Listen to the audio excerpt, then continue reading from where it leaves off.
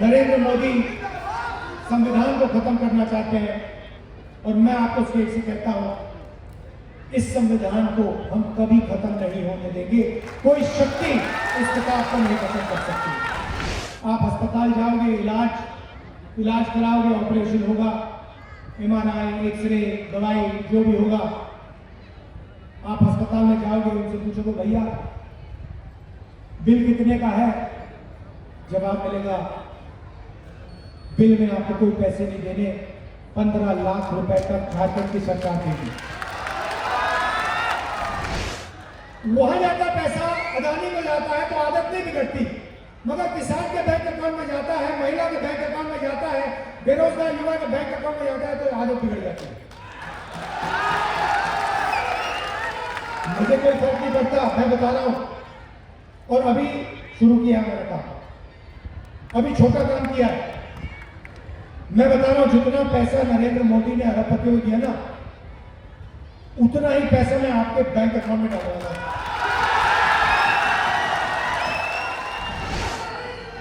किसी भी महीने पहले तारीख, जनवरी, फरवरी, मार्च, अप्रैल, मई, जून, जुलाई, अगस्त, सितंबर, हर महीने 1 तारीख को फटाफट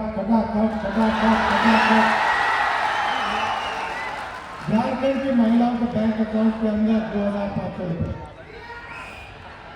और फिर आप जाएंगे, पता लगेगा 450 रुपए का सिलेंडर हो गया। गुलामवीर जी, केशव महतो जी, राजेश ठाकुर जी, सुबोधकांत सहाय जी, हमारे कैंडिडेट कुमार जयमंगल सिंह जी, श्वेता सिंह जी, स्टेज पे वरिष्ठ नेता, कांग्रेस पार्टी के और गठबंधन के नेता, हमारे प्यारे कार्यकर्ता भाइयों और बहनों, आप सबका यहाँ बहुत बहुत स्वागत, नमस्कार।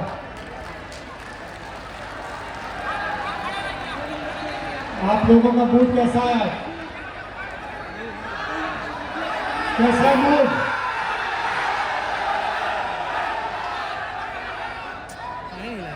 मैं आपसे 2-3 चीज आज कहने आया हूं। सबसे पहले, ये जो लड़ाई है, ये विचारधारा की लड़ाई है। एक तरफ कांग्रेस पार्टी, इंडिया गठबंधन, और दूसरी तरफ बीजेपी और आरएसएस। हम कहते हैं कि देश को संविधान के माध्यम से चलाना चाहिए। हम कहते हैं संविधान मजबूत करना चाहिए, और बीजेपी और आरएसएस संविधान को खत्म करना चाहते हैं, फाड़ के फेंकना चाहते हैं। ये संविधान अंबेडकर जी का संविधान है, फूले जी का संविधान है, बुद्ध भगवान, गांधी जी, इन सब की आवाज इस संविधान के अंदर है। अभी मैंने बिरसा मुंडा जी की फोटो पर फूल चढ़ाए, उनकी भी सोच इस संविधान के अंदर है। और बीजेपी कहती है कि इस संविधान को खत्म कर देना चाहिए, और प्रधानमंत्री कहते हैं कि राहुल गांधी लाल कलर का संविधान लिए घूम रहा है। देखिए, इसका कौन सा रंग है उससे हमारी परवाह नहीं है, इसके अंदर क्या लिखा है वो हम बचाना चाहते हैं। नरेंद्र मोदी जी कहते हैं संविधान खाली है। ये देखिए, संविधान खाली नहीं है, संविधान भरा हुआ है। संविधान आपकी आत्मा है, देश की आत्मा है। और हमारे प्रधानमंत्री इसके बारे में कहते हैं कि ये खोखला है, खाली है। ये संविधान क्यों लूटना चाहते हैं? क्योंकि जो आपका है, आपका जो धन है, ये लेना चाहते हैं, और अदानी जी जैसे लोगों को ये पकड़ाना चाहते हैं। भाइयों और बहनों, मुझे कहा जाता है कि यहाँ पर ओबीसी की आबादी है, तो भीड़ में आज पिछड़े वर्ग के लोग होंगे। मैं आपसे सवाल पूछना चाहता हूं, क्या आपको मालूम है हिंदुस्तान में कितने पिछड़े वर्ग के लोग हैं? कोई जानता है यहाँ पे? हिंदुस्तान की आबादी में पिछड़े वर्ग कितने हैं? कोई बता सकता है मुझे? अच्छा बताओ, दलित कितने हैं हिंदुस्तान में? कितने परसेंट है? कोई नहीं बता सकता। आदिवासी कितने हैं? कोई नहीं बता सकता। पिछड़े कितने हैं? कोई नहीं बता सकता। आपको अपनी ही आबादी नहीं मालूम। अगर आपको अपनी आबादी नहीं मालूम तो फिर आपकी भागीदारी क्या होनी चाहिए, आपको कैसे मालूम होगी? मैं आज आपको बताना चाहता हूं कि हिंदुस्तान में 15% दलित आबादी है,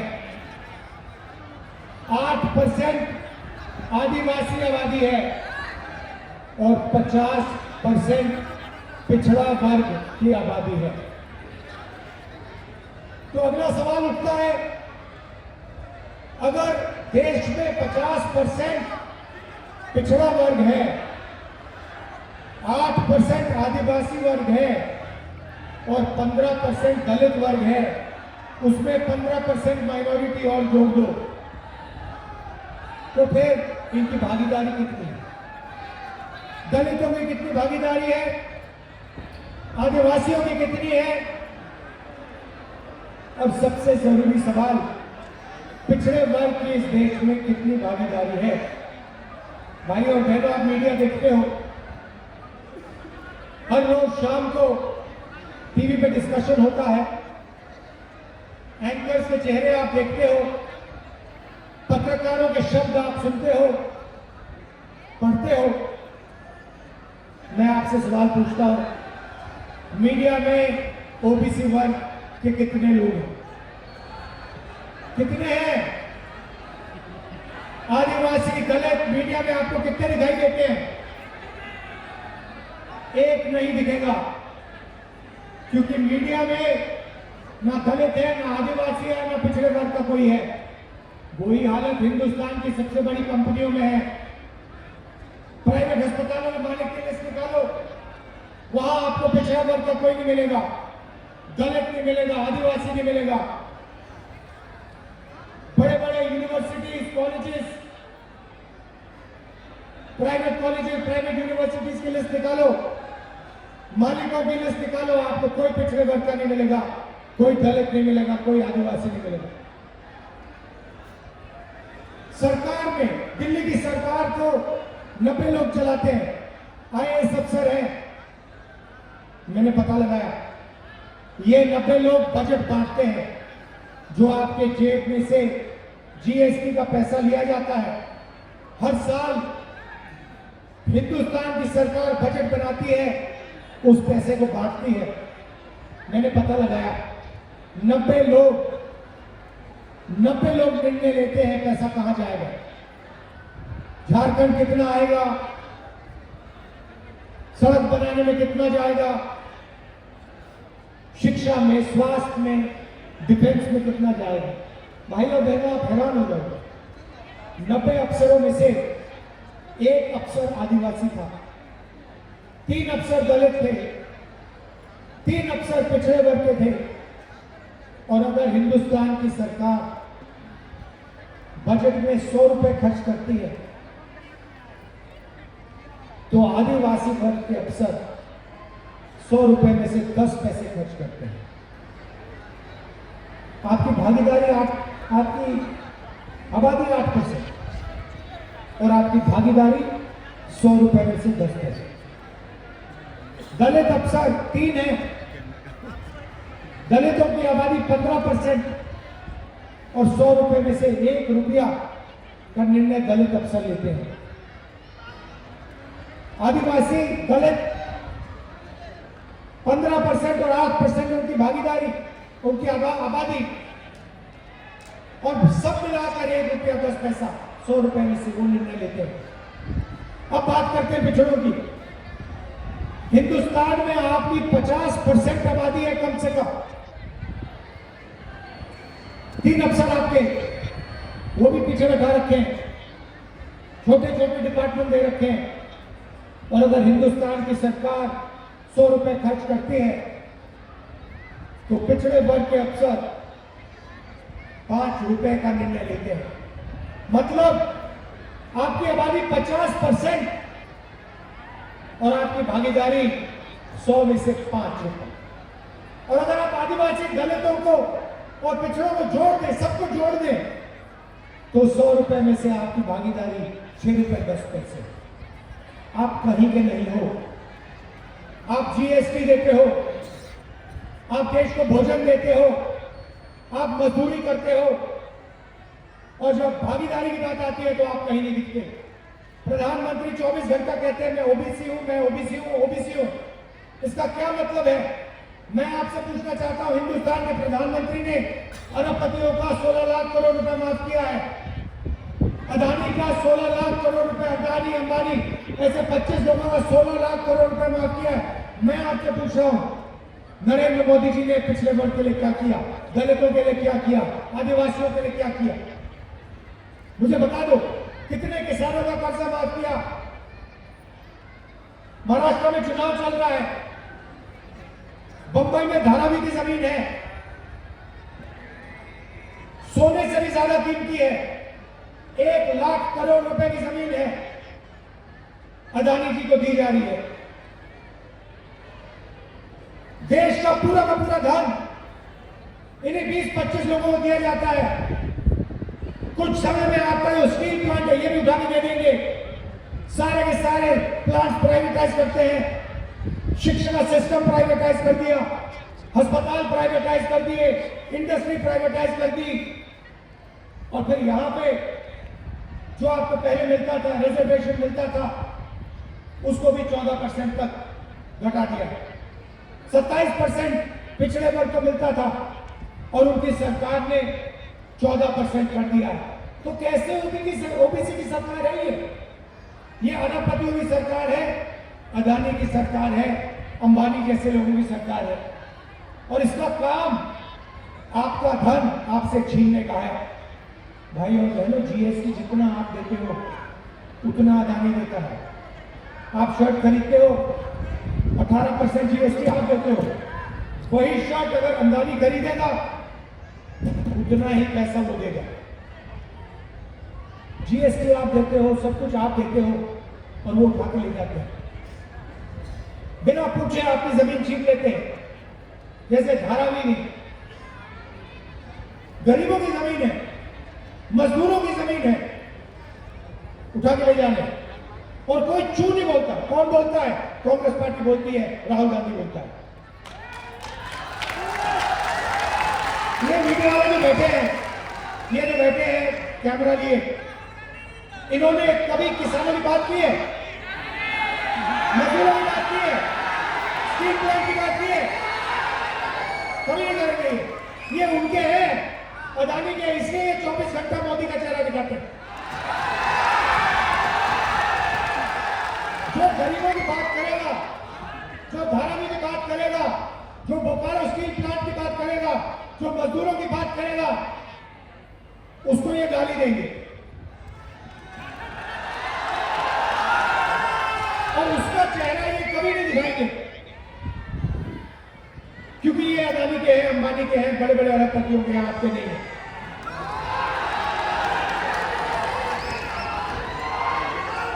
अभी देखिए, अभी मैं आपको दिखाता हूं, बताता हूं, उदाहरण देता हूं। 16 लाख करोड़ रुपए अरबपतियों को नरेंद्र मोदी ने दिया। अब देखना, मैं अब छोटी सी बात कहने जा रहा हूं कि हम हिंदुस्तानियों ने 16 लाख करोड़ रुपए अरबपतियों को दिया। मैं महिलाओं को बैंक अकाउंट में पैसे देने की बात करूंगा अभी 2 मिनट में, और फिर आज शाम को देखना, इसके बारे में मीडिया में कहीं नहीं सुनने को मिलेगा।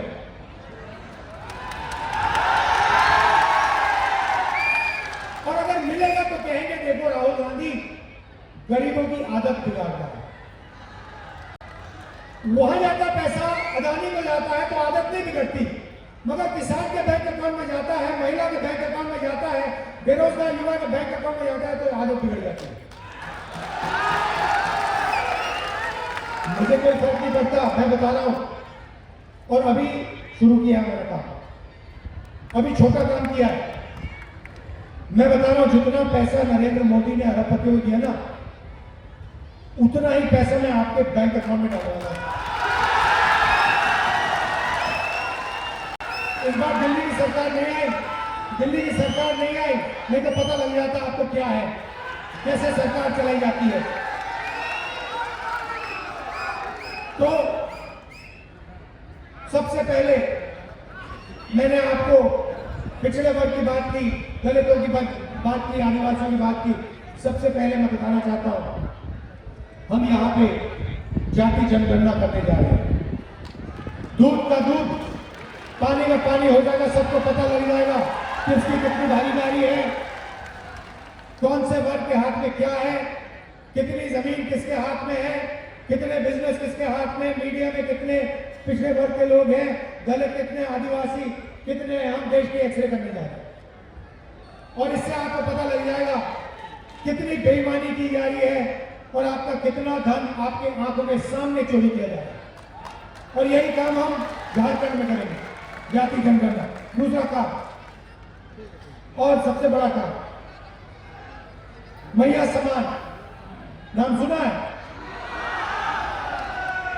झारखंड की महिलाएं, आप सुनिए, जैसे उठकर हर रोज अदानी अपना बैंक अकाउंट चेक करता है ना, वैसे ही हर महीने जब झारखंड की महिलाएं सुबह सुबह अपना बैंक अकाउंट चेक करेंगी, उसमें हर महीने झारखंड की सरकार ने हर महिला के लिए 2,500 रुपए डाल दिया होगा।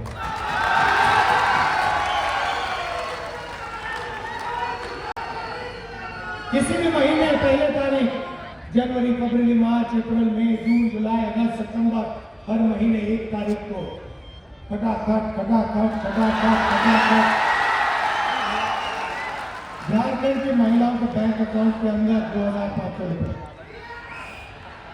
और फिर आप जाएंगी, पता लगेगा 450 रुपए का सिलेंडर हो गया।